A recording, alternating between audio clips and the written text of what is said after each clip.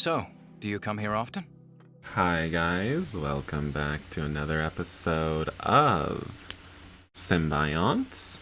Last time we left off right after, I don't know, we really just started. I don't know what happened. This guy is, he seems like he's trouble. The alien seems like he's trouble. Might be racist, but he seems like he might be a lot of trouble. He seems like he has something pretty scary on board. So we're just talking to him after having some tea.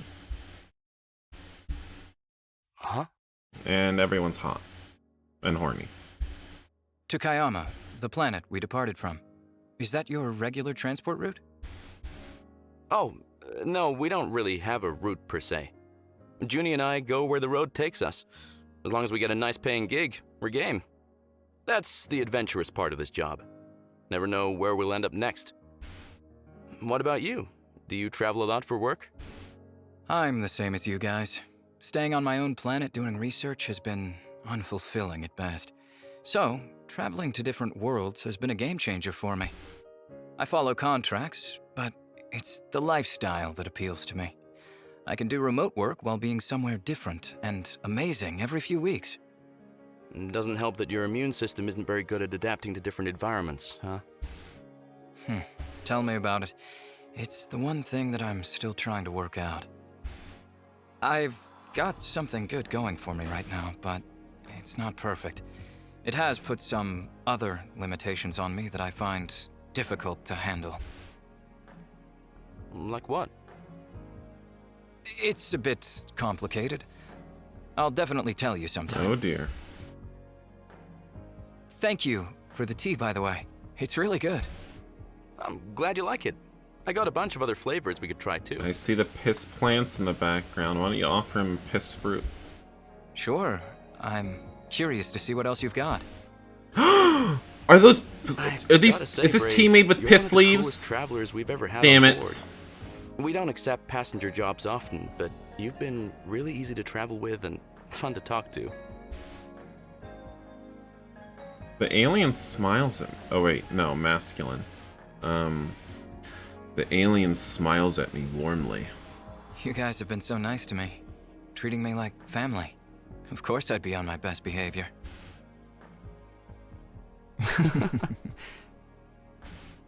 Well, keep up the good work. We still have a few weeks to go.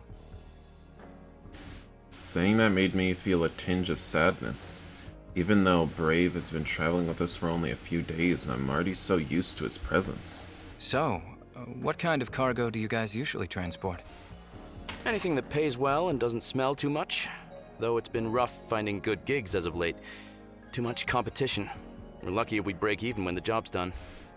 And don't even get me started on what happened on our last haul before we picked you up. I guess we'll have to venture into more questionable waters after this job.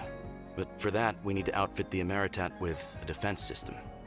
You don't have anything on board to protect yourself in case of an attack? Brave's worried reaction makes me wonder if he's ever been on a transport ships like ours. Nah, we don't. We're pretty good at escaping when things go south. Still, it doesn't hurt to have some kind of shield and weapons, if only just to look more intimidating. I couldn't agree more. The Tepshati Pomis system is pretty promising, with a lot of new colonies that pay handsomely for some common goods. Plus, there's a ton of fun places to visit around there. One of the planets, Vakal, is on my must-see list. The one with anti-gravity pockets and floating islands? Each harboring its own climate, right? Yes! You've been there? No, but I definitely want to see it one day. Maybe we can go together. We're getting along so damn well it hurts. You're already imagining your future life together. Pathetic. The more we talk, the more we find mutual interests. The beautiful blue alien from a distant world, and me, an average Terran and a nerd. You can't call yourself a nerd if you have a six-pack, I'm sorry. It's just... legally, I don't think that would hold up in a court of law. Who knows if he'd ever bother talking to me, had we not been confined on this small spaceship together.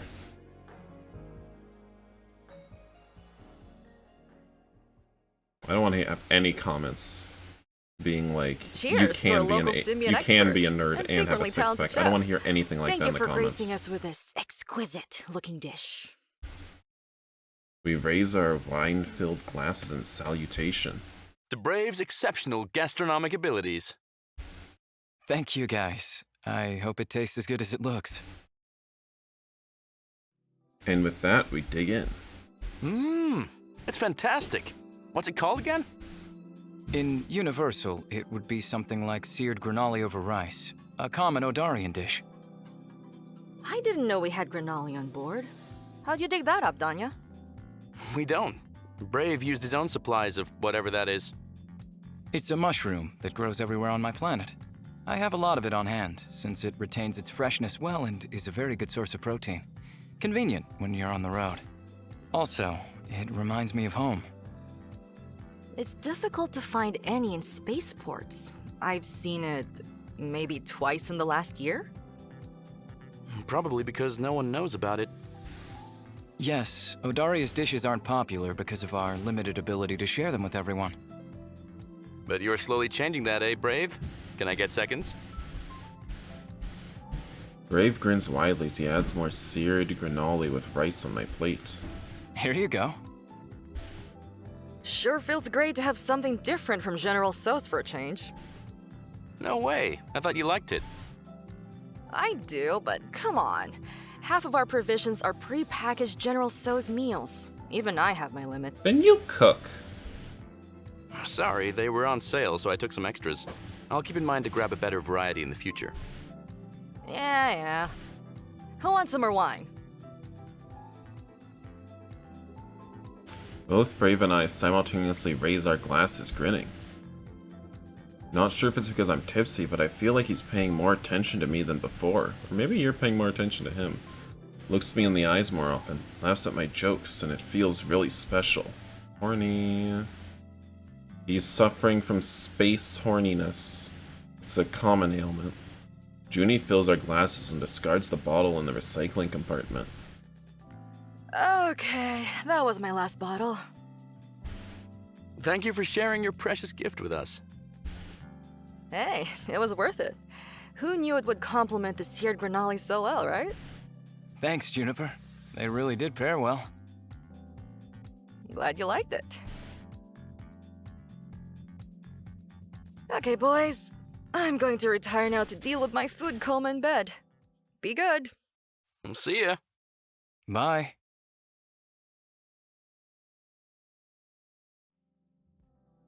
And I'm all alone with Brave again. He just finished cleaning up his plate, and so did I. Ready for dessert? Oh, no, thank you. I'm full, but I will finish my drink, though. He takes his half-empty glass of wine and empties it in one go. Slow down, dude. We still got time. Actually, Odarians don't get drunk, if that's what you're worried about. Not on this kind of stuff, at least. It'll take a much stronger beverage to get me even remotely tipsy. Then why are you even drinking it? Right? It's like... And what's the point of why... I don't get why you Oh, drink my it. sympathies. I, on the other hand, am a very cheap drunk. Uh-oh. I put my arm on Brave's shoulder playfully and wink. It's very forward. Not playful, more like very sexually forward. He looks surprised for a second, but then rewards me with one of his sincere smiles. I'll keep that in mind if I ever want to get you intoxicated. You know, the good thing about this situation is that Brave can't refuse sexual relations with... Did I literally just forget his name? I'm sorry. Danya. I'll keep that in mind if I ever want He to can't get you refuse intoxicated. sexual relations with Danya because of the implication. They're in a spaceship together, light years away from any planets, inhabited planets, you know? It's of course Danya wouldn't do anything, but there's the implication. I fluster at that. Is he flirting with me? That definitely deserves a passing grade. The realization makes me smile and confirms my suspicions that Brave might actually like me. Hey, can I ask you a personal question? Shoot. Are you single? What do you mean? Oh, sorry. I guess it could mean different things for different races. So what I'm asking is like, are you married or have partners waiting for you somewhere? Brave looks at me cautiously. Why do you ask? Bitch. Isn't it obvious, you dummy? It's because I really want to know. Because I'm very curious.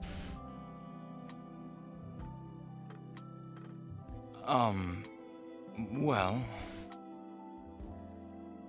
That's not a very difficult question, is it? He looks so uncomfortable. The poor guy. Not the timid type of uncomfortable, more like the I don't want to talk about it kinds. You know what? Don't worry about it. The Ameritat is a safe space and you don't have to answer anything. Oh no, come on, come on! You're on a spaceship! You have the implication! It's just, I can't help but wonder sometimes, being around you. We get along so well and I'm drawn to you, which I'm sure shows. He's throwing away this golden opportunity to dubcon someone. I just don't want to step over some boundaries I don't know about. Oh dear. That wasn't bad for a confession.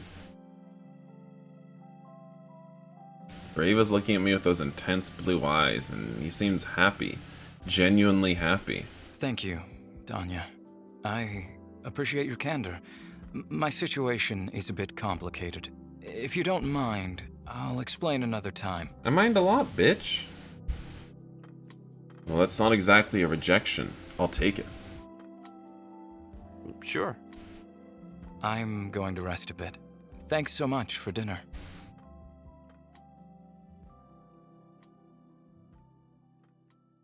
He gets up from the bench and leaves the mess hall.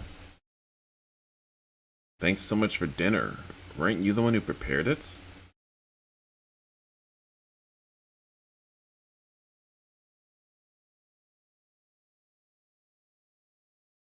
After dinner, I check in at the cockpit and head to bed. Just as I settle in, I start to hear the unusual noises again. It's the same hissing and straining coming from the small vent on the wall connected to mine and Brave's rooms. It's been some time since I've heard them. I thought it was a thing, of the past, but I guess I was wrong. Not again. They're regular and rhythmic, which again seems like Brave is experimenting with a high-intensity exercise regimen.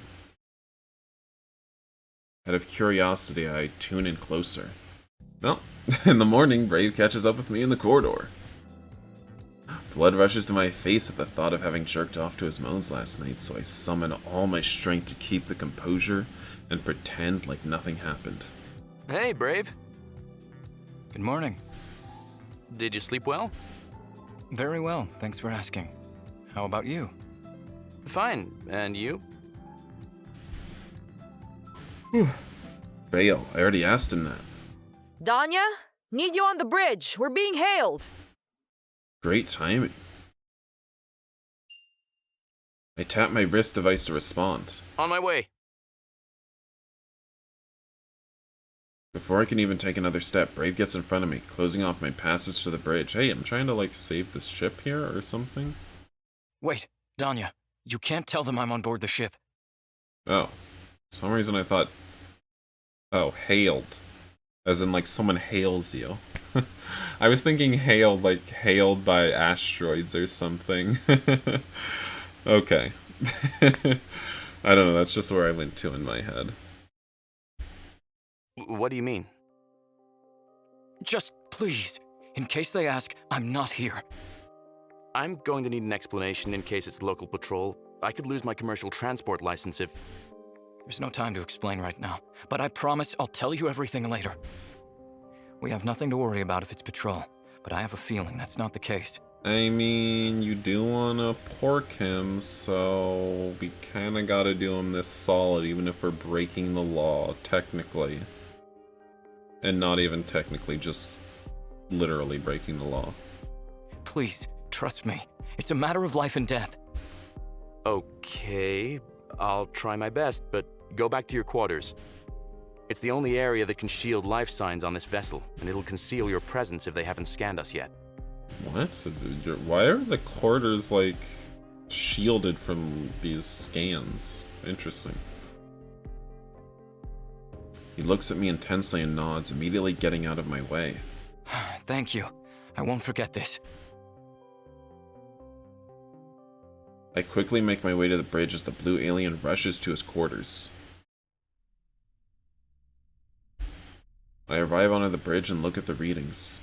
The spaceship hailing us is 10 times our size, and our scans show that it's fully equipped with weapons and shields. I wonder what they want from us. This is the Ameritat. What can we do for you? Greetings, Captain Deteri, speaking from the Netrunner. Just wanted to let you know that there's an anomaly up ahead you might want to avoid. We detected it too late, and it totally scrambled our navigation sensors.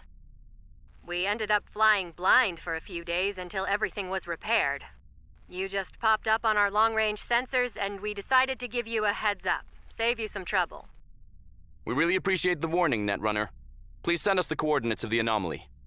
Roger that, Ameritat. Safe travels. Same to you. After the short exchange, the signal from the Netrunner disappears. Nice of them. Yeah, completely the opposite of what Brave was expecting. What do you mean? When he heard you calling me to the bridge, he sort of freaked out. Asked me not to mention that he's on board. He seemed really anxious, too. Wow. That bad, huh? It sounds like he might be on the run from someone. He said the patrol wasn't an issue, but anyone else would have been a bust. Now that I'm thinking about it, he was definitely trying to avoid someone back at the spaceport in Kayama. His eyes kept darting around like crazy. He needs to come clean with whatever it is, Danya. I agree. I'm pretty sure he realizes that too. I don't think he has to. Not as long as we get some cock. Give me half an hour to rechart our course with the coordinates and go through the system again. After that, we'll come up with a game plan. Sounds good to me. I'll be in the cargo bay when you're ready.